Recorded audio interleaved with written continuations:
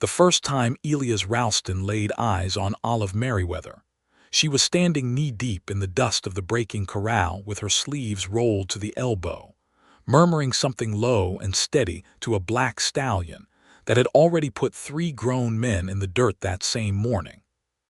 Elias had ridden into the Double Creek Ranch outside of Laramie, Wyoming, on a Thursday in late April of 1882 with nothing but a bedroll, a battered saddle, and a reputation that had followed him across 3 territories for being the best horse breaker west of the Missouri River. He had expected a foreman to meet him at the gate, maybe a handshake, a tour of the paddocks, and a good look at the horses he'd been hired to work. He had not expected a woman in a worn canvas work apron and a thick braid the color of dark honey working the most dangerous animal on the property before anyone had even offered him breakfast. He sat on his dun mare at the split-rail fence and watched without saying a word. The stallion was named Devil's Ink, and the name was honest. He was a massive animal, close to 16.5 hands, with a coat so black it had a blue sheen in the morning sun, and eyes that held a kind of calculating fury that Elias recognized immediately as something other than simple wildness. This horse had been hurt before, not broken in the way that destroyed a spirit, but wounded in the way that made a creature distrust anything that moved too fast or spoke too loud. There was a long pale scar along the horse's left flank, healed but permanent, and Elias could see the animal register every breath, every shift of weight, every sound from the ranch hands leaning against the far fence with their arms crossed. But the woman was different. She stood at a distance of about 6 feet from the stallion's lowered head, not crowding him, not retreating either. Her feet were planted. Her posture was neither aggressive nor submissive, just present, the way a tree is present in a field, rooted and unhurried. She spoke in a voice too low for Elias to make out the words, but the tone carried across the corral dust like smoke through still air, and the stallion's ears, which had been pinned flat with suspicion, were moving. They were moving toward her. One of the ranch hands, a red-faced older fellow with a graying mustache, noticed Elias at the fence and broke away from the group to walk over. He stuck out a weathered hand. "You Ralston?" he said. "I am," Elias said, swinging down from the saddle and accepting the handshake. "Elias Ralston, Mr. Carver sent for me." "Chester Prout," the man said. "I'm the foreman here. Mr. Carver's in town today, won't be back until supper time. I'm the one who wrote the letter." He squinted at the corral. "See, you found our little situation already." "Who is she?" Elias asked, not bothering to hide the question in pleasantries. Chester rubbed the back of his neck under his hat brim. "That be Olive Merriweather. She's the ranch cook and keeps the household accounts. She's been here going on 3 years. He paused. "She's also got no business being in that corral."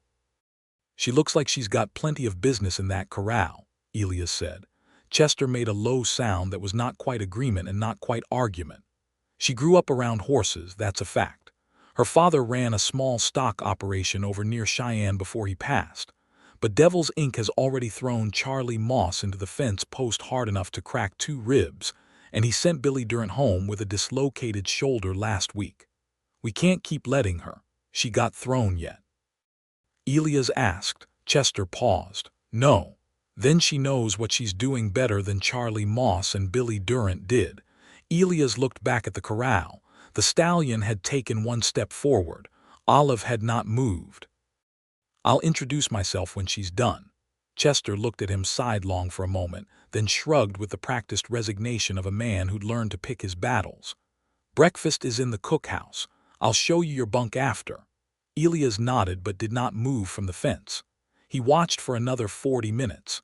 He watched Olive move in careful increments, never rushing, never startling, reading the horse the way a good tracker reads ground, by what was there and by what wasn't. She let the stallion come to her in his own time, and when Devil's Ink finally stretched his great neck and touched his velvet nose to the back of her outstretched hand, Elias felt something shift in his chest that had nothing to do with the horse. She was not what he would call a traditional beauty, not in the way the painted portraits in saloon windows were beautiful, all pale and composed and distant. She was something more immediate than that. Tall for a woman, with strong shoulders and a directness in the way she moved that suggested she had never once performed helplessness in her life.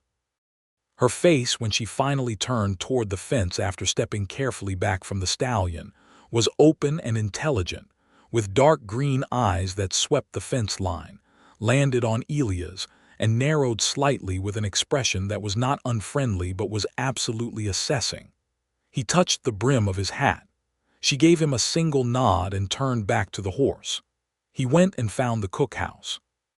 The bunkhouse where he'd be sleeping held 5 other ranch hands.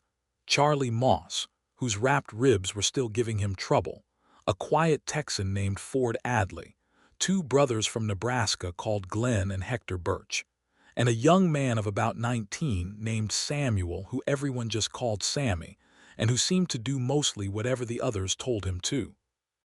They were a decent enough group, the kind of men Elias had worked alongside 100 times across the territories, straightforward about hard work and suspicious of anything that required more words than necessary. They were also, to a man, baffled by Olive Merriweather. "She's been at that horse for 2 weeks already," Charlie told him over a breakfast of salt pork and cornbread that Elias had to admit was better than anything he'd eaten in months. "Goes out there before the sun's fully up, stays until she's got other work to pull her away. Chester's told her 3 times to leave it alone." "And?" Elias asked. "And she says yes, sir, and then she's out there again the next morning." Charlie shook his head. "The woman is determined, I'll give her that. But she's going to get herself killed." "Has she gotten close to riding him?" Elias asked. Charlie looked at him like the question was faintly insulting. "Nobody's getting on that horse. He's unbridleable. We hired you to tell Mr. Carver whether Devil's Ink is worth the feed bill or whether he ought to be sold for what he can get." Elias ate his cornbread and said nothing more about it. He spent that first day doing what he always did when he came to a new operation, learning the layout, the horses, the rhythms of the place. The Double Creek was a working cattle ranch, about 4,000 acres of shortgrass prairie running up against the first eastern rise of the Laramie Mountains, with a solid house, good outbuildings, and a remuda of about 30 horses in various states of training.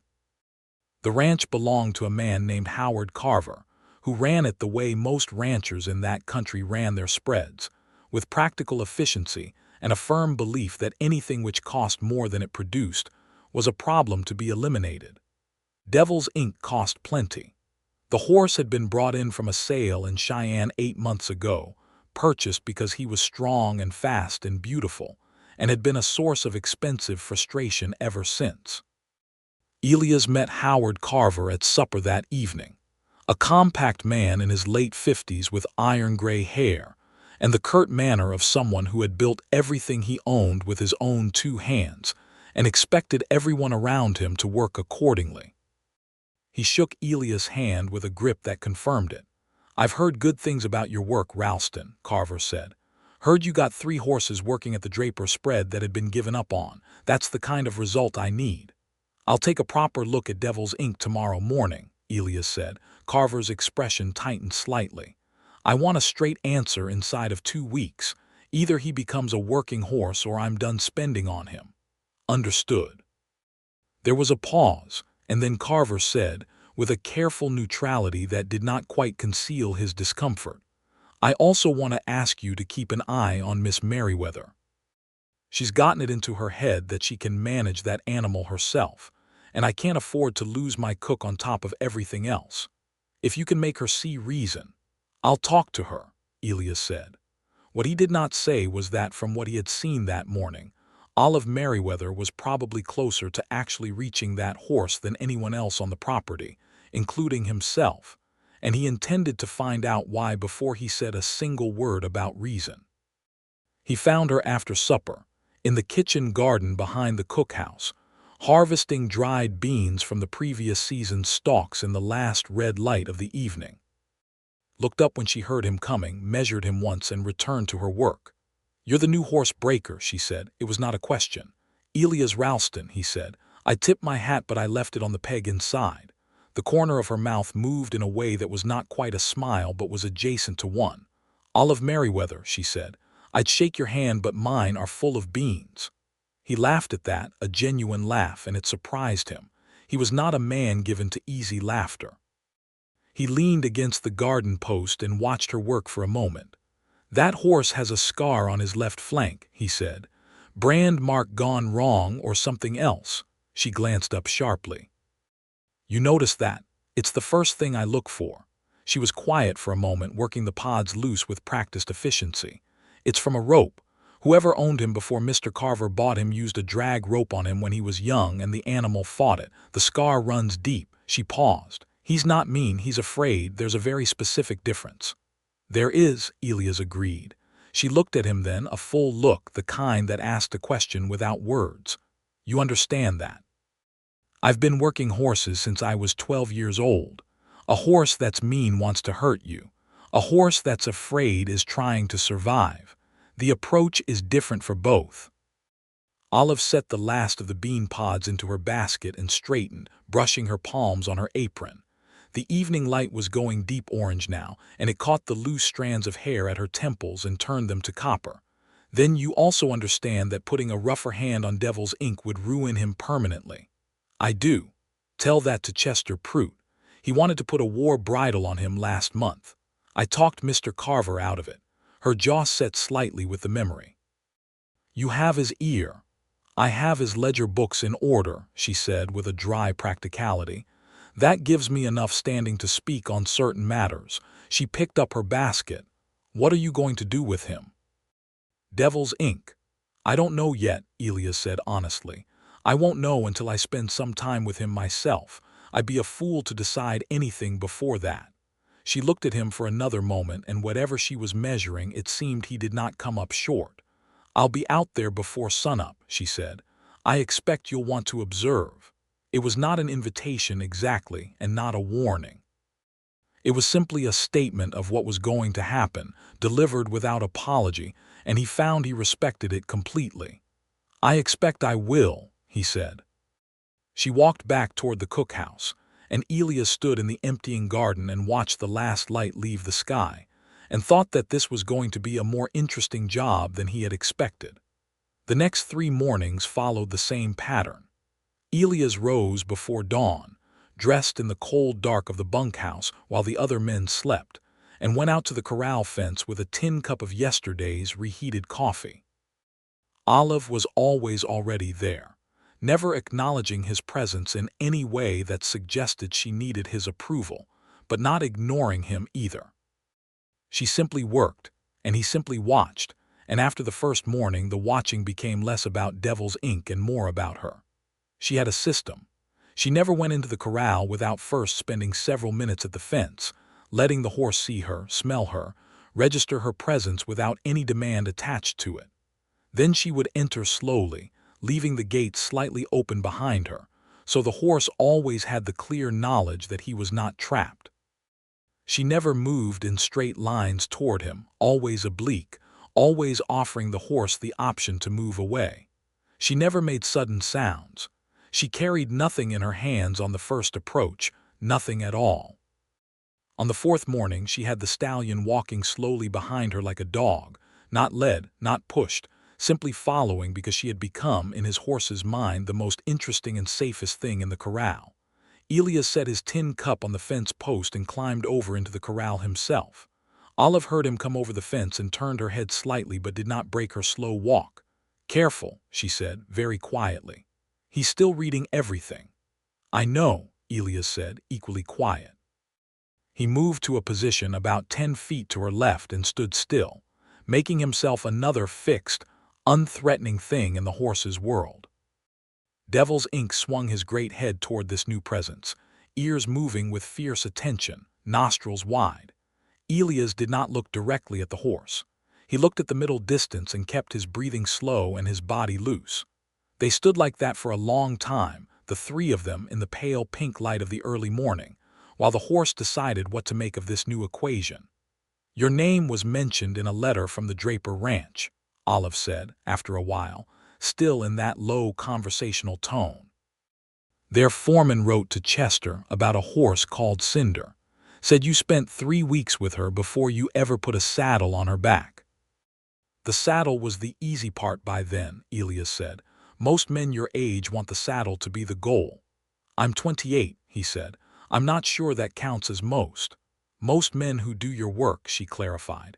They measure success by the moment of being ridden. Getting on the horse, they don't think much about what comes after. Getting on a horse that doesn't want you on it is just falling off waiting to happen, he said. She made a small sound that was definitely a laugh this time, quickly suppressed, but real. The stallion's ears swiveled toward it. Then, with a slowness that was almost ceremonial, Devil's Ink walked forward and extended his nose toward Elias' hand.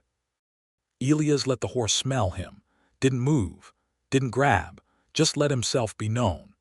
There you go, Olive murmured, and Elias was not entirely certain she was talking to the horse. After that morning, they worked together without ever formally agreeing to do so. It was simply the natural result of two people who approached the same problem the same way, finding each other in the same space. Elias would arrive at the fence, and Olive would already be inside. Or Olive would come out of the cookhouse in the early dark and find Elias already leaning on the fence post, and they would begin without preamble. They talked while they worked, low and continuous, the way you talk around a skittish animal, which meant the conversation had a quality of honesty that might not have existed otherwise. When you cannot raise your voice for emphasis, when every word must be measured and smooth, you stop performing and start speaking. Elias had never been a man who spoke easily about himself, but something about standing in the cool morning air beside a woman who was not waiting for him to impress her made it easier. He told her about growing up in Texas, in the hill country near Fredericksburg, on a ranch his father had scratched out of caliche and sheer will before a bad winter took most of the cattle, and the bank took the rest. He was 17 when that happened, and he'd gone to work for other men's ranches ever since, moving from job to job across Texas and Kansas and Colorado and Wyoming, building a skill with horses that was the one thing entirely his own. Olive listened in the way she listened to the horse, fully and without interruption. She told him about her own father, James Merriweather, who had run stock near Cheyenne. She had grown up working alongside him, more comfortable in paddocks than parlors, more at ease with horses than with the expectations Cheyenne society had for the daughter of a small rancher. When her father died of pneumonia 2 winters ago, the stock had to be sold to cover his debts, and Olive had taken the job at Double Creek because Carver needed someone who could both cook and keep accounts, and she could do both. "Did you want to stay near horses specifically?" Elias asked. She considered that for a moment. "I wanted to stay near something that made sense to me," she said. "Horses make sense. They're honest. They tell you exactly where you stand with them." Elias thought about that. "People don't do that." "No," she agreed. "They mostly don't." There was a pause that was comfortable rather than awkward, the kind of pause that comes when two people have said something true and are both sitting with it. On the 6th day, something happened that nobody was expecting. Chester Prout arrived at the corral fence with Howard Carver at 7 in the morning and found Elias and Olive inside the corral together, Devil's Ink standing quietly between them while Elias rested one hand on the animal's neck and Olive stood at his head. The horse was not saddled, not bridled, but his head was low and his breathing was easy. Carver stared. "What in the blue blazes?" Chester started. "Don't raise your voice," Elias said calmly, without turning around. Carver and Chester both fell silent. They stood at the fence for the better part of 10 minutes watching something that, by the logic of everyone on the ranch's previous experience with this animal, should not have been possible. When Elias finally walked calmly out of the corral, with Olive coming out behind him, Carver pulled him aside with an expression that combined deep respect with visible frustration. "How long did it take you to get to that point?" he demanded. 6 mornings, Elias said. 6 mornings. Carver looked at the fence. Charlie Moss had his ribs broken trying to approach that animal from the outside. Miss Merriweather had already done the foundational work, Elias said. When I arrived, the horse was already predisposed to considering a calm human presence as something other than a threat. That's the hardest part. It was already done. Carver looked past him to where Olive was washing her hands at the pump. She did that.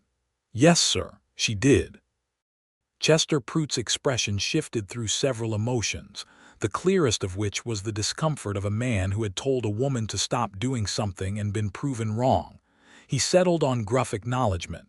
Well, he said, credit where it's due, I suppose. Olive came back and looked at Carver steadily.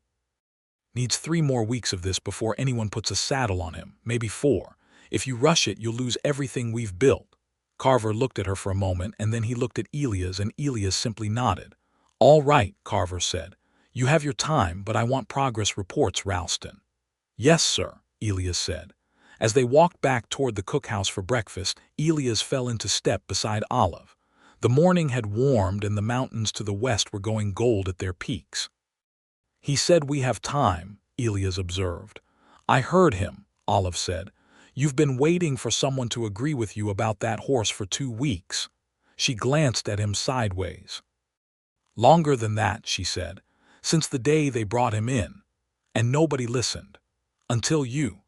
The words sat between them for a moment in the warm spring air, and Elias felt the weight of them, the particular texture of being heard that was so rare it was almost physical. They are breakfast with the ranch hands at the long table in the cookhouse, and it was the first time Elias noticed that Olive never ate with the men. She served them, and then took her own plate to the small table in the corner of the kitchen, where she sat and ate quickly before the next task called her. It struck him as lonely in a way that he did not have the right words for, but that he recognized because he had eaten at 100 such tables alone. The following Sunday was Elias' half-day, which Chester granted the men each week to rest, write letters, or ride the 3 miles to the small town of Crestfield for whatever diversion suited them. The other men all went to town. Elias, after a moment's thought, went instead to the paddock fence with a length of rope and a book about horse behavior that he'd carried in his saddlebag across 4 territories, and found Olive sitting on the top rail of the same fence, reading. She looked up when he appeared, and something in her expression went briefly soft before it settled back into its usual composed alertness. I thought everyone went to town, she said. I prefer this, he said, and leaned against the fence below her perch. She looked at the book in his hand. What is that? He held it up. It was a slender volume called The Management of Horses, written by an English cavalry officer named Hayes and published in 1877. A man I worked for in Colorado gave it to me. Said it confirmed everything good horsemen already knew, but made it useful to argue with people who needed a book to believe it. She laughed at that, a full laugh this time, unguarded and warm, and Elias found himself smiling at the sound of it in a way he was not ready to examine too closely. She showed him her own book, a collected edition of poetry by a man named Walt Whitman that she said her father had sent from a bookseller in Denver the Christmas before he got sick. The cover was worn soft as cloth from handling. Do you like poetry? He asked, genuinely curious, because it was not a question he had ever asked a woman before, and he found he wanted to know. I like this poetry, she said. He writes like someone who has actually looked at things. Not the way you're supposed to look at them, but the way they actually are. She smoothed the cover with her thumb. My father liked it too. We used to read passages aloud in the evenings. What was your father like? Elias asked. She considered. Honest, stubborn, funny in the way that people are funny when they aren't trying to be. He knew every horse on his property by temperament, not just by name. She paused. He would have liked to meet Devil's Ink. He would have liked what you're doing with him, Elias said. The quiet that followed was the warmest kind, the kind that builds rather than cools. They sat there for 2 hours, reading their respective books and occasionally exchanging passages, and Elias thought with a clarity that surprised him that he could not remember the last time he had spent an afternoon wanting nothing from it except that it continue. The work with Devil's Ink progressed through May with a steady patience that Elias found genuinely satisfying in the way that only long, careful work can be satisfying. The horse moved from tolerating their presence to seeking it, from accepting a hand on his neck to standing quietly for grooming, from enduring the weight of a saddle blanket to standing saddled and calm, while Olive walked a slow circle around him, speaking quietly. Every step was earned and every step held. Elias and Olive fell into a routine that was also, gradually and then all at once, a friendship. They worked the horse together in the mornings. She cooked, and he did the other work of the ranch through the day. In the evenings, they found themselves in the garden or on the porch steps or at the corral fence, talking in the low, late light about anything and everything. She told him about the practical difficulties of her position on the ranch, the way some of the ranch hands treated her with a kind of benign condescension that was not malicious, but was exhausting. The assumption that, because she cooked and kept accounts, she had no opinions worth hearing on anything outside those activities. She told him about the specific loneliness of being a capable woman in a world that did not know what to do with capable women. He told her about the loneliness of moving from ranch to ranch, the way a man who was always passing through existed in a permanent state of borrowed belonging. He had a skill that was wanted but not a place where he was known. He owned very little and the things he owned fit in his saddlebags. "You've never wanted a place of your own?" she asked him one evening. They were sitting on the top rail of the corral fence, the stars coming thick above the Wyoming plateau, the air carrying the smell of sage and fresh grass. He thought about it honestly. "I've thought about it, wondered what it would look like.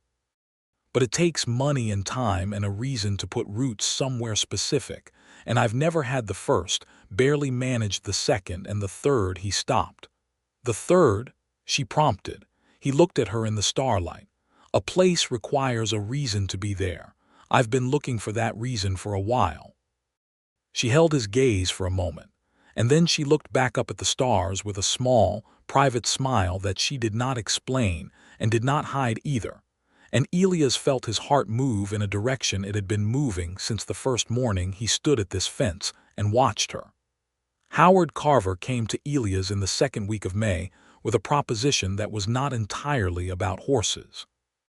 They were in Carver's study, a room that smelled of leather and tobacco and the particular organized clutter of a man who trusted no one's bookkeeping but his own, except, it turned out, Olive's. Carver offered Elias a glass of good bourbon and sat down behind his desk with the look of a man who was about to make an offer he'd already decided on. "You've done better work with that stallion than I expected," Carver said, "and done it in less time. I'm told by Chester that you're also doing solid work with the remuda, that the two young cutting horses we've been struggling with are coming along." "They are," Elias said. "I'd like to keep you on," Carver said. "Not just for this job, permanently. I need a horse manager, someone who handles acquisitions, training, the whole of it. The ranch is growing, and I want a remuda that matches that growth." He named a salary that was significantly more than Elias had been earning as a job writer. Elias turned his glass in his hands. He had been offered permanent positions before and had always moved on, but this time the word permanently had landed differently. It had landed like something he might want. "I'd need to think on it," he said. "Of course," Carver said. "Take your time." Elias went to the garden that evening with the offer turning over in his mind, and he found Olive there in the last of the light, transplanting young bean seedlings into the kitchen garden rows. She looked up at him, and something in his expression made her set down her trowel. "What happened?" she said. He told her about Carver's offer. She listened without interruption, and when he finished she was quiet for a moment. "What are you thinking?" she asked. "I'm thinking," he said slowly, "that a few weeks ago I would have said no without much deliberation, that I always say no to those offers." He paused. "I'm thinking that I'm not sure I want to say no this time." She looked at him steadily. The evening was warm and the garden smelled of turned earth and new green things. "Why is it different this time?" she asked, and her voice was very quiet. He looked at her. He looked at her the way you look at something you've been looking at for weeks and have finally stopped pretending you're not looking at. "I think you know why," he said. She did not look away. "I think I might," she said, but I'd like you to say it." He got down from the fence rail and stood in front of her and said, "Because you're here." The silence that followed was not empty but full, the way a room is full when something important has just been said and the air is still holding it. Then Olive said, "I've been here for 3 years and nobody has given me a reason to think that mattered much." There was no bitterness in it, just honesty. "It matters to me," he said. "It has since the first morning I saw you in that corral and understood that you already knew what I came here to figure out." She looked at him for a long moment, and whatever she was searching for in his face, she seemed to find it, because she said, quietly and plainly, "Good. Because I am not a woman who will pretend that I don't think about you, Elias Ralston, and I've been thinking about you a great deal lately." The relief of that was something he felt through his whole body. He did not kiss her that evening. It was too new and too important, and he wanted to do it right. But he reached out and took her hand carefully, the way you extend a hand to a frightened horse, and she looked down at their joined hands and then up at him and smiled. And that smile was the most complete thing Elias had seen in a very long time. Over the following 2 weeks, the Double Creek Ranch watched with varying degrees of interest and approval as Elias Ralston and Olive Merriweather began the cautious, deliberate business of falling in love. Chester Prout pretended not to notice. Charlie Moss and Ford Adley teased Elias with the benign cruelty of men who were genuinely pleased. The Birch brothers were entirely indifferent. Sammy, the youngest hand, was apparently quite moved by it, and told Elias with touching earnestness that Miss Olive deserved someone good. "She surely does," Elias had agreed and meant it. Howard Carver said nothing on the subject but stopped finding reasons to assign Elias tasks that would take him to the far end of the property during the evening hours, which Elias took as a form of blessing. The first time he kissed Olive was on a Friday evening in the 3rd week of May, after they had spent an hour working with Devil's Ink, and the horse had allowed himself to be fully saddled and bridled for the first time without tension or resistance. The achievement of it had filled the air in the corral with a quiet triumph, and when they stepped out through the gate together and looked at each other, the look became something else, and Elias put his hand against the side of her face with a care that was the summation of everything he felt, and she leaned into it the way the horse had leaned into her hand that first morning, with a trust that was not given easily and was therefore everything, and he kissed her softly in the last of the evening sun. She kissed him back with the same directness she brought to everything, and when they stepped apart she looked at him with those dark green eyes lit up with something that was unmistakably happiness, and he thought that whatever he had to do to stay near that look, he would do it. The weeks that followed were the best of Elias Ralston's adult life, and he knew it as they were happening, which was a luxury he had not often had. He worked the horse in the mornings with Olive beside him, and the progress was steady and sure. He worked the remuda through the days and discovered that he was good at managing an operation, good at seeing what a collection of horses needed as a whole, good at the planning and the assessment and the communication with Carver that the job required. He realized with some surprise, good at being somewhere. He ate supper with Olive on the evenings she could be pried from the kitchen, sitting together on the back steps of the cookhouse while the ranch settled into quiet around them. They talked the way people talk when they are getting to know each other with urgency, both of them aware that they were building something and both of them intent on building it well. She was funny in a way that snuck up on you. She would say something perfectly serious and then there would be a beat, and then the absurdity of it would bloom in the air between them and she would be fighting a smile and losing. She was also fierce about the things she believed in, quietly fierce, the kind that did not announce itself but was always there, like the current under still water. She had strong opinions about the treatment of horses, the proper running of an account book, the poetry of Walt Whitman, and the hypocrisy of people who spoke well about fairness and practiced nothing of the kind. She told him things she said she had not told other people, not because she was a private person by nature, but because the opportunities for that kind of conversation were rare. She told him that she had been lonely on this ranch in a way that was not about lack of company, but about lack of being known. She told him that she had wondered, after her father died and she took this job, whether the version of herself that was most alive, the one that understood horses and had opinions and laughed without covering her mouth, was going to have to stay packed away for the rest of her life in favor of a more palatable version. "And now?" he asked. "And now I think maybe not," she said, and looked at him with a warmth that did good things to his chest. He told her that he had spent so long being the man who passed through that he had stopped fully imagining an alternative, that it had become a habit of thought that he was only now identifying as a habit rather than a fact. "You could break the habit," she said. "I could," he said. "I'm working on it." She laced her fingers through his and they sat in the soft dark, while the coyotes called somewhere out on the flats, and neither of them felt the need to say more. The day they first rode Devil's Ink was the 22nd of May, 1882, which was a Wednesday, and clear and still, with the mountains at the edge of sight looking freshly made in the clean air. Elias had prepared carefully. He had spent the previous day doing everything with the horse except put his weight in the saddle, letting Devil's Ink carry the feel of everything that was coming, and the horse had been calm and easy through all of it. On Wednesday morning, Olive was at the fence as always, and the ranch hands had gathered, Chester and Carver and all the men, drawn by the general knowledge that today was the day. "It should be you," Elias told Olive as they stood at the fence together looking at the saddled stallion in the corral. She turned to look at him. "What? You did the foundational work. You built the trust that made this possible. It should be you who first rides him." "You're the one he hired," she said. "I'm telling you it should be you," he said calmly and certainly. "And I think you know I'm right." She looked at Devil's Ink for a long moment, and then she climbed through the fence rails without another word. What followed was one of the most beautiful things Elias had ever seen.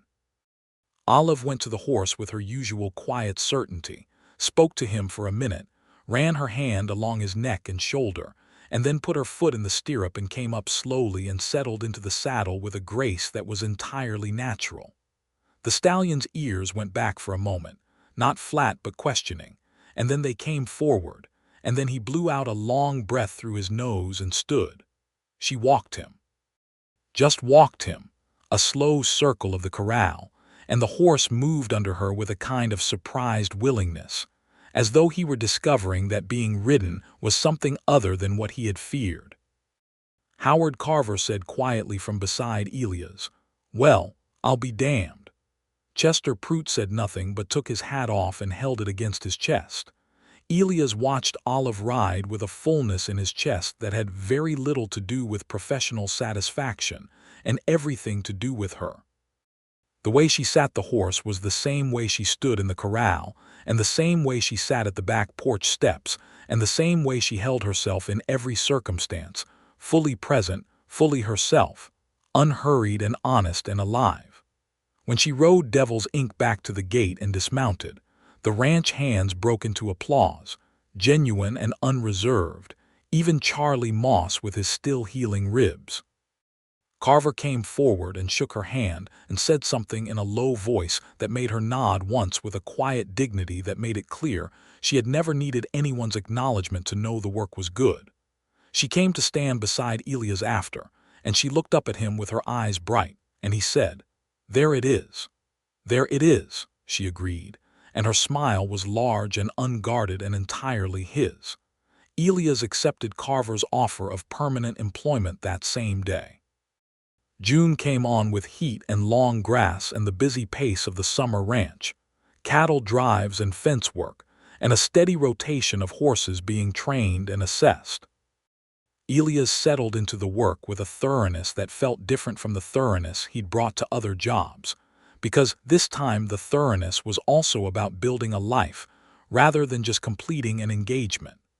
He rode out in the evenings with Olive when she could be spared, the two of them taking the gentle trail that ran north along the creek and into the aspens that gathered at the base of the first real mountain slope. These rides became the thing Elias looked forward to most about each day, The hour of just the two of them in the open country talking, and not talking and being easy together.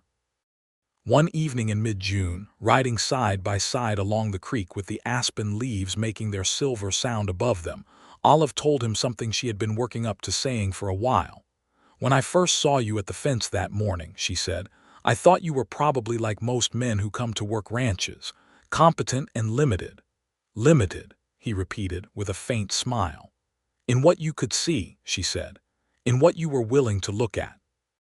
Most men look at a horse and think about what the horse can do for them. I thought you'd be the same." She paused. "Then I saw you stand there for 40 minutes without trying to do anything, just watching, and I thought, this man understands something." "What did you think I understood?" he asked. "That patience is not the same as passivity," she said. "That waiting is sometimes the most active thing you can do." She looked at him. "I thought you understood that. And then over the following weeks I learned that you understand a lot of things, more than most people I've met." The intimacy of that, of being seen clearly and liked for what was actually there, rather than a performance of it, landed on Elias with a weight that was not heavy but was solid, the way a foundation is solid. "Olive," he said, and stopped the horse. She stopped beside him and looked at him with her patient attention. "I want to tell you something that I haven't said to a woman before," he said, and the directness of it made him feel slightly raw, but not in a way he wanted to retreat from. "I'm in love with you.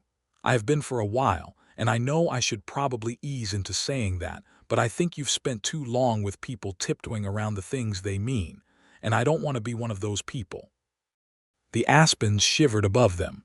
The creek talked over its stones below. Olive Merriweather looked at Elias Ralston in the dappled evening light, and her whole face opened with something that was both joyful and also a little like relief, the relief of a thing that has been true in private finally being said aloud. "I'm in love with you too," she said, simply and completely.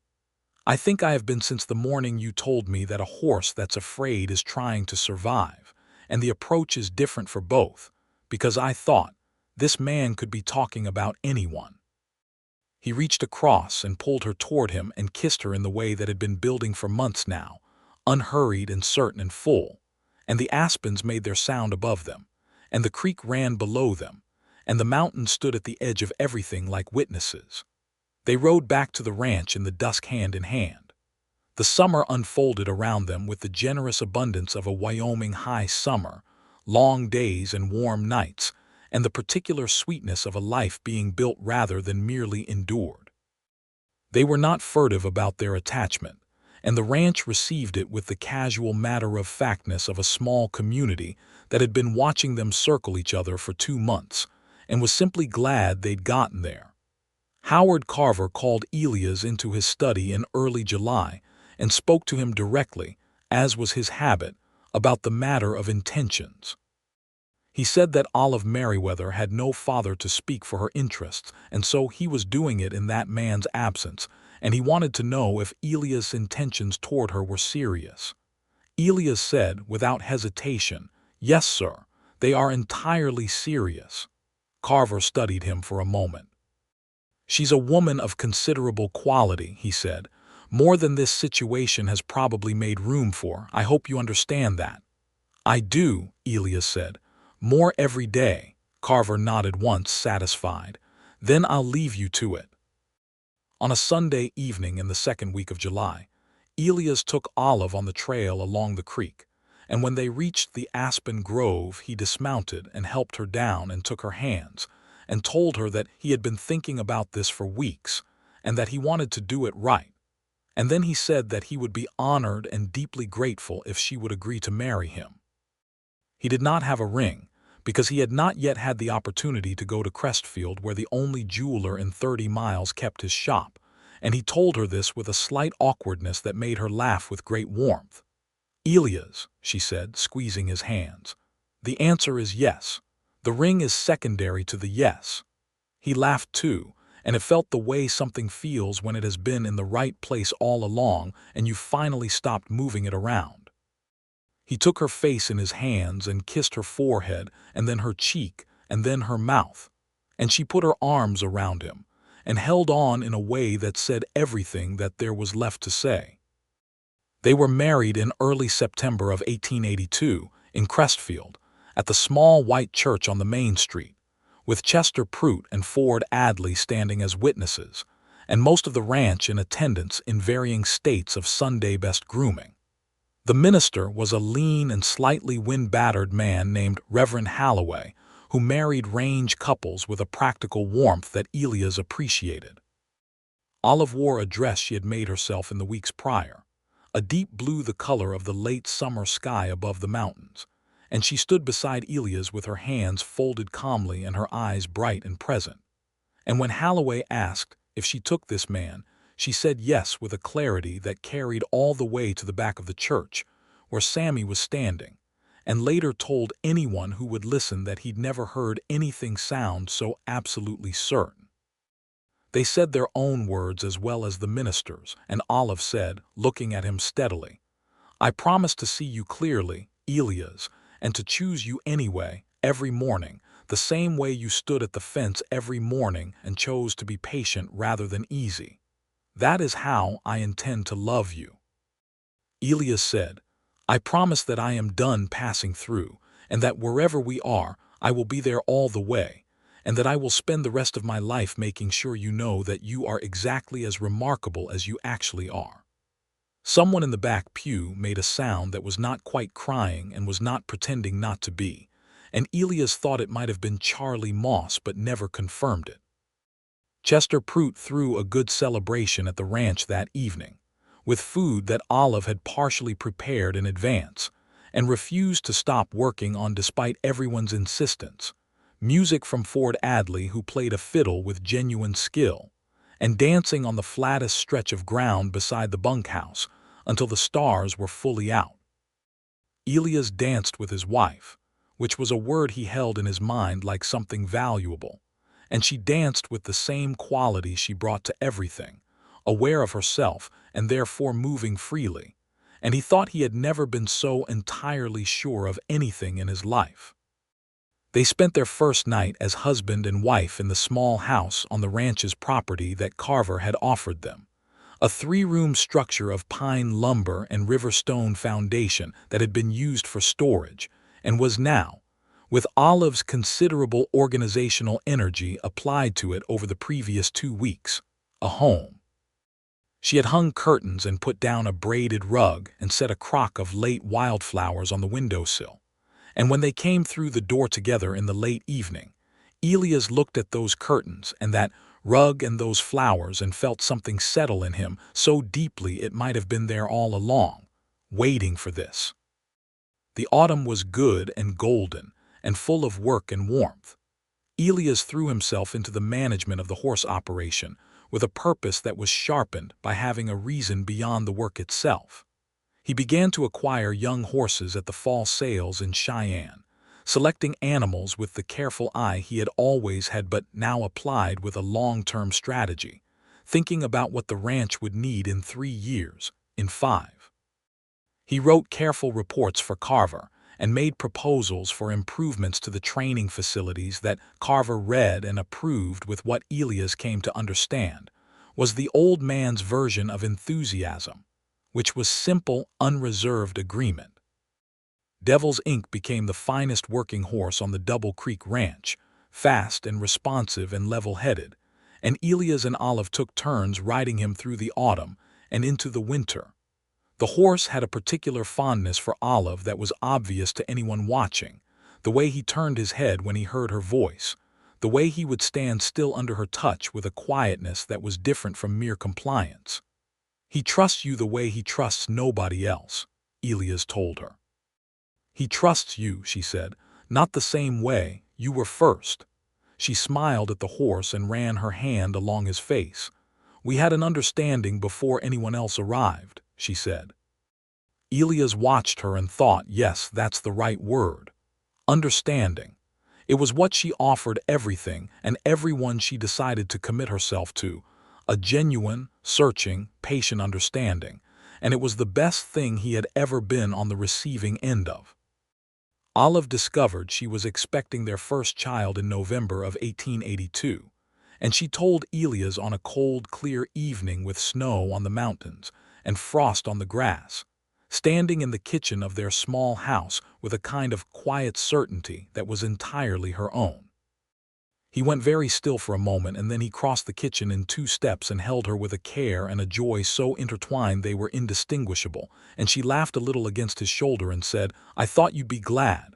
"I am glad," he said into her hair. "I am completely glad. I just needed a moment." "Are you ready for this?" she asked. He stepped back enough to look at her.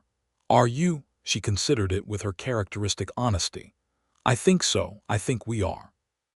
I think we are exactly the right people to do this together." She put her hands on his face. "We know how to be patient. We know how to pay attention. Those are the important things." He kissed her and she kissed him back, and the snow began to fall outside the window without hurrying, the way things fall in Wyoming, with a silence that is also a kind of grace. The winter at the Double Creek Ranch was hard, as Wyoming winters always were, with storms that drove snow into the eaves and made the mornings dark and cold, and the work a constant argument with the elements. Elias managed the horse operation through it with Ford Adley's help, and Olive managed the household with the same efficiency she brought to everything, but slowing down as the pregnancy advanced, and allowing herself to be helped more than she was naturally inclined to be. She read her Whitman in the evenings by the stove, and Elias read beside her, and they talked about the future with a completeness that was new to both of them, the future being not an abstract thing but a specific place they were building together. Chester Prout came by on a February evening, ostensibly to drop off a bottle of whiskey from Carver with the accompanying message that Carver hoped they were keeping warm, but actually, Elias suspected, to check on Olive, because Chester's gruff exterior had been showing increasing cracks in their direction all winter. He sat in their kitchen and drank coffee and talked with an ease he didn't usually show, and at one point told Olive that she'd done good work with that horse, and that he'd been wrong to try to stop her, and the words cost him something, and she accepted them graciously, which was worth more than agreeing with him would have been. Their son was born in July of 1883, a substantial and emphatic baby who announced his arrival into the world with a thoroughness that left no doubt about his temperament. They named him James, after Olive's father, and the name felt right in the way that names do when they are carrying something worth carrying. James Ralston had his mother's green eyes and his father's dark hair, and from the very beginning a quality of serious attention that both parents recognized immediately and found deeply amusing. He looked at things. He took his time. He was never rushed into any conclusion he had not reached himself. "He is completely your son," Elias told Olive, when the baby was 3 weeks old and had spent 10 minutes staring with great concentration at a door. "He is both of our son," she said firmly, but she was smiling. The years that followed were years of building, substantial and real building in every sense of the word. Elias negotiated with Carver and eventually bought a portion of the ranch's horse operation as a formal partnership, with Carver retaining the cattle side and Elias managing and growing the horses as his own enterprise with a small profit share to the ranch. It was the kind of arrangement that required trust on both sides and was founded on 3 years of demonstrated reliability, and it worked. The small 3-room house became 4 rooms and then 5, as their family and Elias' earnings grew alongside each other.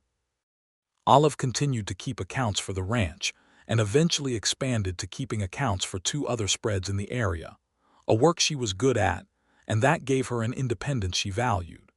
She also, quietly but firmly, became something of an authority on horses in the community, sought out by neighboring ranchers for her assessment of difficult animals, a role that had no official name in 1883 Wyoming, but that existed nonetheless, because she was good at it, and people knew it. Their second child was a daughter, born in 1885, with Elias' brown eyes and Olive's directness, and they named her Clara. James was 2 when Clara arrived and regarded his sister with the same grave assessment he brought to everything. And then, apparently satisfied, accepted her as a permanent feature of the landscape. Clara, from the beginning, was nothing like grave. She was loud and fast and had strong opinions about everything, and was completely fearless with horses from the age she could walk near them, which was a quality both her parents recognized and respected. Devil's Ink was still on the ranch. He was aging but sound, and had become the horse that Olive rode on her twice-weekly rounds of the property, the two of them moving through the landscape with the ease of long familiarity, the horse that no one had been able to touch standing quiet under the woman who had first reached him, through all the years and weather between.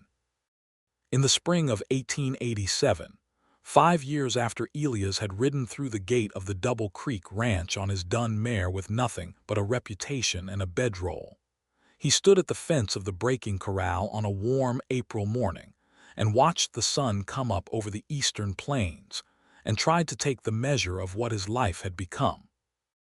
The corral fence was the same fence, though some of the rails had been replaced. The mountains were the same mountains. The sky was the enormous Wyoming sky, that particular shade of clear blue that existed in this place and nowhere else with quite the same quality of light. But everything else was different. He had a home. He had a wife he loved with a thoroughness that surprised him sometimes still, the ongoing daily discovery of a person who was always more than he had yet seen. He had 2 children who were the best thing he had not expected. He had work that was his own, built by his hands and his knowledge and the patient years of it, and it was good work, the kind that mattered. He heard the kitchen door of the house open and close, and Olive came across the yard with a tin cup of coffee in each hand, her braid loose from the previous night's plaiting, wearing her work apron already, because she had been up early making bread, and there was no version of Olive Merriweather Ralston that slept past the first light. She came to stand beside him at the fence and handed him his cup and looked out at the same mountains he had been looking at, and she said, "What are you thinking?" "I was thinking," he said, "about the morning I rode in here and found you already in the corral with a horse that nobody else would go near." "That was a long time ago," she said. 5 years. She was quiet for a moment, looking at the mountains. "It doesn't feel like 5 years to me," she said. "It feels like something that was always there and I was just waiting to get to it." He looked at her profile against the morning light. The 5 years had touched her lightly, just the beginnings of small lines at the corners of her eyes from squinting in the outdoor light, from laughing, and a settled quality to her face that was not resignation, but its opposite, the look of someone who has come to rest in a place that is genuinely theirs. "I was 28 years old when I rode through that gate," he said. "I had $37 and a good horse, and I thought I knew what my life was going to continue being." "And," she said, "and I had absolutely no idea," he said, "that this was what was waiting." She turned to look at him, and the smile on her face was the same smile she'd had in the garden the evening he'd first told her it was because of her, the full unguarded one that was entirely his. And he thought, as he had thought 100 times in 5 years and would think 100 times more, that this was the thing, the specific irreplaceable thing, that all the miles and the years of moving through had been moving toward. He put his arm around her, and she leaned into his side, and they stood at the corral fence with their coffee, while the sun came up over the Wyoming plains, and the horse in the field turned his great head toward the sound of her voice, and stood there in the early light, that black coat still shining with a blue iridescence in the morning, older and calmer and altogether sound, living proof that patience and understanding could reach what force never could. James came out of the house behind them in a few minutes, already dressed and purposeful at 4 years old, heading for the barn with the seriousness of a person who had a system. He passed his parents at the fence without stopping and said very definitely, "Good morning," and kept going, and Elias and Olive both laughed because they were always laughing at their son, and it was one of the best sounds they knew. Clara appeared in the doorway of the house a minute later, still in her nightgown and holding one shoe, regarding the morning with the expression of someone who had just thought of something very important and was deciding whether to act on it immediately. "Mama," she called. "Inside," Olive called back without turning around. "Put your shoes on before you come out." Clara disappeared back into the doorway with the philosophical acceptance of a child who knows her mother means it. Elias drank his coffee and looked at the mountains, and felt the depth of his own contentment like a country he had finally reached after a very long journey, and was not inclined to leave. The summer of 1887 brought a new batch of young horses from the Cheyenne sales, 6 of them in various states of formation, and Elias assessed them with the thoroughness he brought to everything. 3 were straightforward, willing animals who would be working horses within a few months. 2 would need longer, more patient work. 1, a gray roan mare with a crooked blaze and a look in her eye that reminded him of the very first morning he'd seen Devil's Ink, was going to be a project. He brought Olive out to look at her the evening after she arrived. Olive walked the fence line slowly, reading the horse the way she had always read horses, looking at everything at once and making no decisions too quickly. The mare watched her from the far end of the paddock. "She's been mishandled," Olive said. "Yes," Elias agreed. "Not as badly as Devil's Ink was, though. She's younger. It hasn't had time to go as deep." She paused. "She'll come around faster if someone works her right." "I was thinking," Elias said, "that you might want to be the one to work her." She looked at him. "I have accounts to do and a house to run and 2 children who require some portion of my attention." "Early mornings," he said, "the same way we did with Devil's Ink, before the house is awake." She looked back at the mare. The horse had taken a step toward the fence, tentative but interested. "You know," Olive said, "that is not the worst idea you have ever had." "I try," he said. She laughed and leaned her shoulder against his, and the mare at the paddock fence stretched her neck toward the smell of them, ears forward, curious and cautious, and they stood there as the evening came on, and the stars began in the east, patient and ready. The autumn of 1888 brought with it a development that nobody on the Double Creek had specifically anticipated, but which, on reflection, made complete sense. Howard Carver, who had been in gradually declining health through the previous year, called Elias and Olive both into his study in October and told them, with the directness that had always been his defining quality, that he was going to sell the ranch. He was 64 years old, his health was not what it had been, and he had no children to leave it to. He intended to retire to Denver where his sister lived. He also told them that he intended to give them the first opportunity to buy it. He named a price that was, as Elias recognized, below the market value by a meaningful amount, which was Carver's way of acknowledging the years of work they had both put into the place. They talked about it for 2 weeks, Elias and Olive, in the evenings after the children were in bed, with the lamp burning and the account spread on the kitchen table, and their combined savings calculated and recalculated, and the possibilities turned over and examined from every side. "It's everything we'd have to be, financially, for several years," Olive said on the 3rd evening, looking at the numbers with her characteristic clear-eyed realism. "There's very little room for error." "I know," Elias said. "The horse operation is profitable, but it's not yet on solid enough ground to carry the full cost of a ranch of this size without the cattle income to balance it. We'd need to expand the cattle side," he said, "which means a good foreman who knows cattle. Yes, Chester, if he'll stay." She was quiet for a moment. "He might. He's not young and he doesn't have anywhere particular to go." They were quiet together for a bit, looking at the numbers. "What do you want?" Elias asked. She looked up at him. "I want to know what you want." "I want this ranch," he said. "I want this to be the place our children grow up.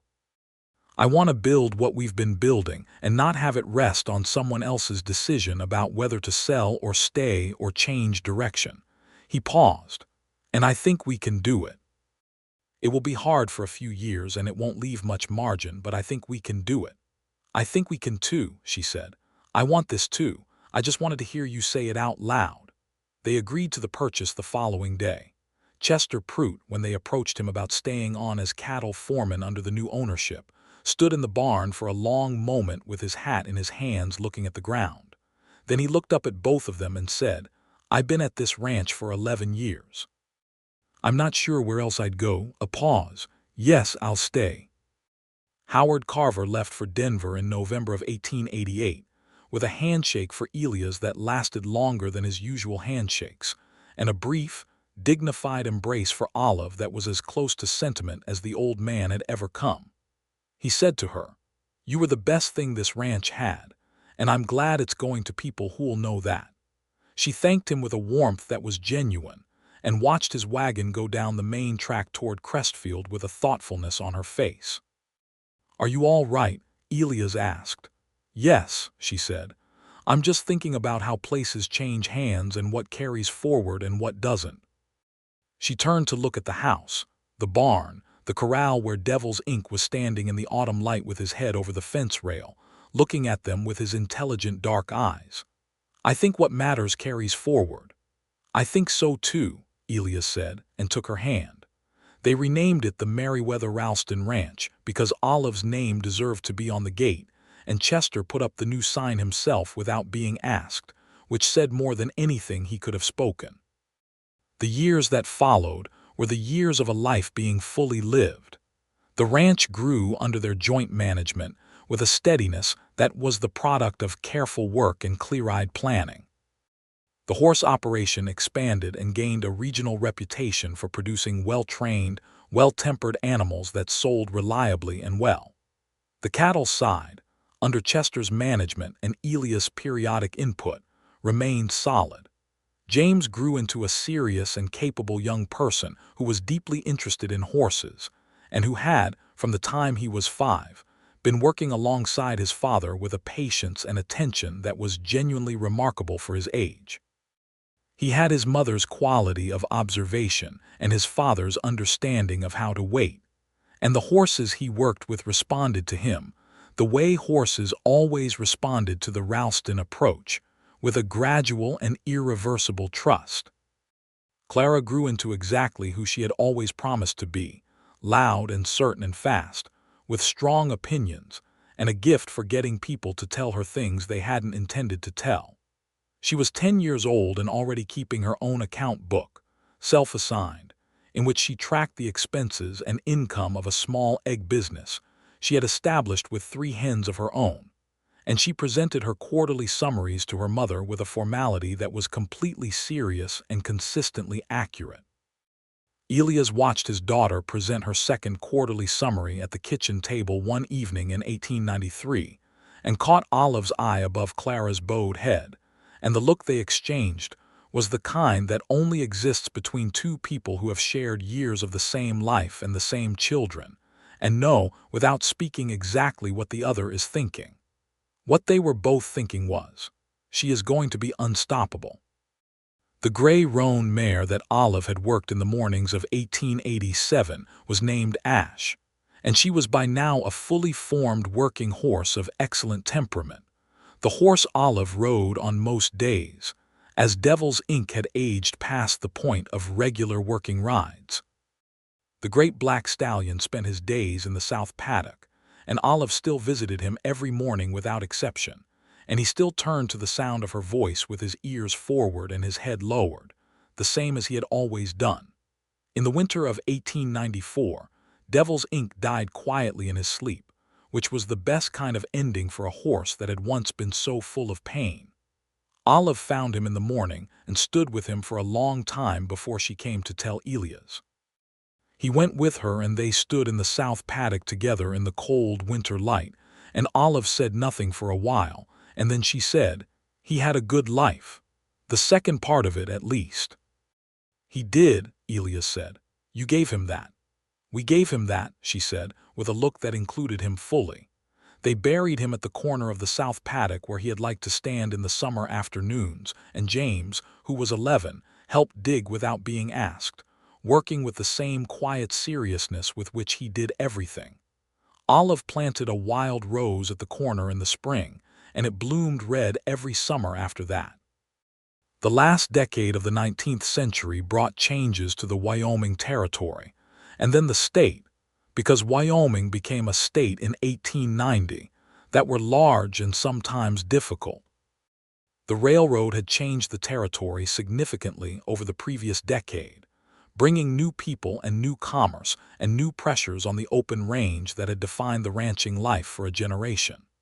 The Johnson County troubles of 1892, that ugly period when large cattle barons hired armed men against smaller ranchers, had left a bad taste and a wariness across the region that took years to fully dissipate.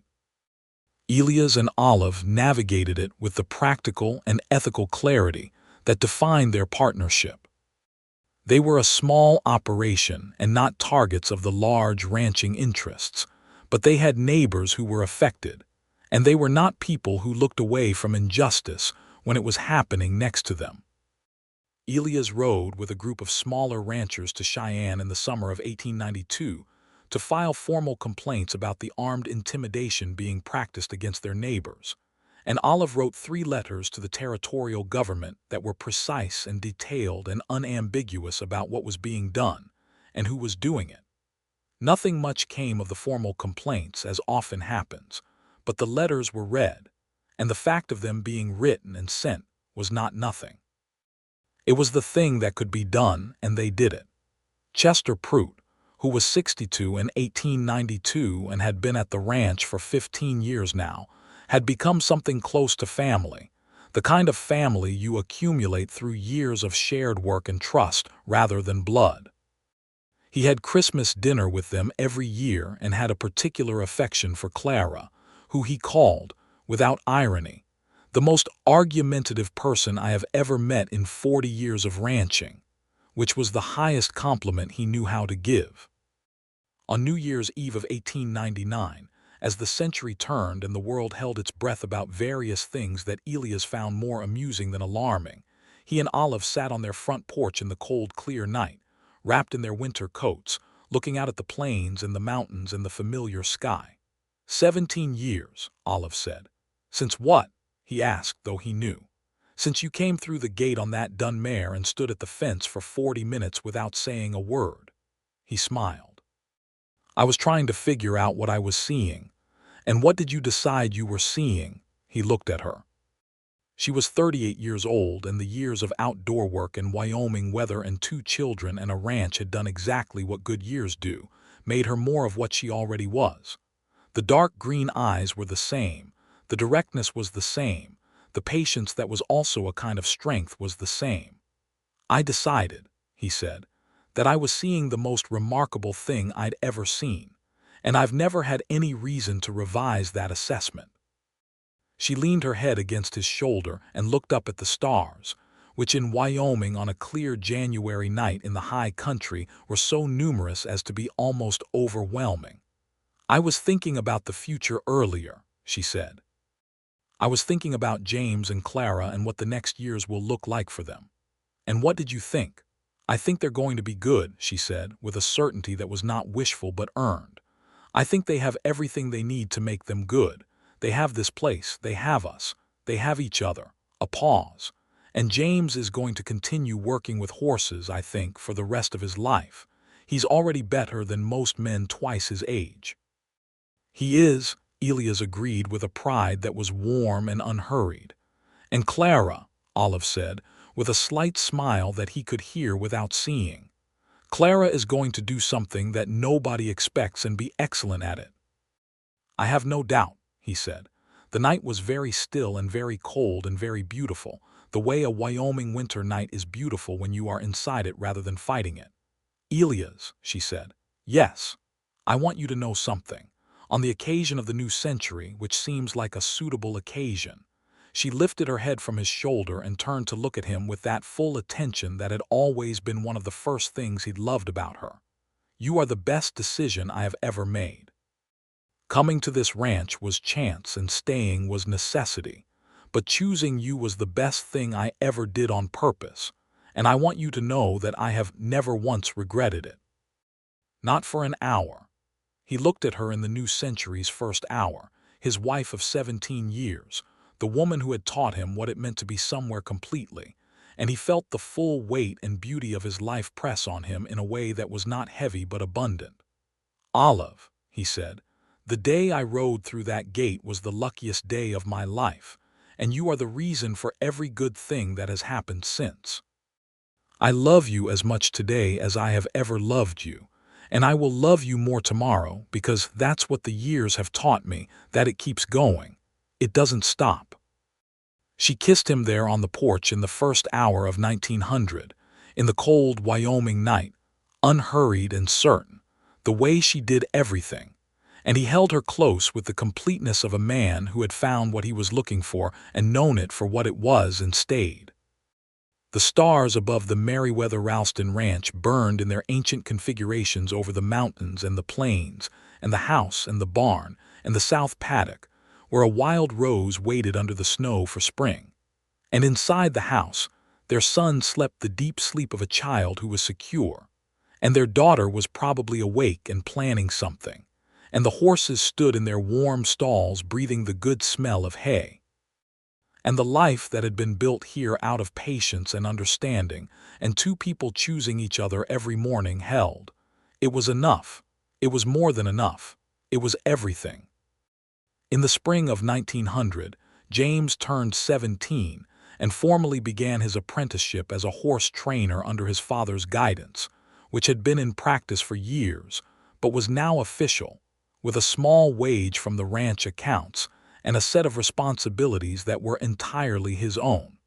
He took them with the gravity they deserved.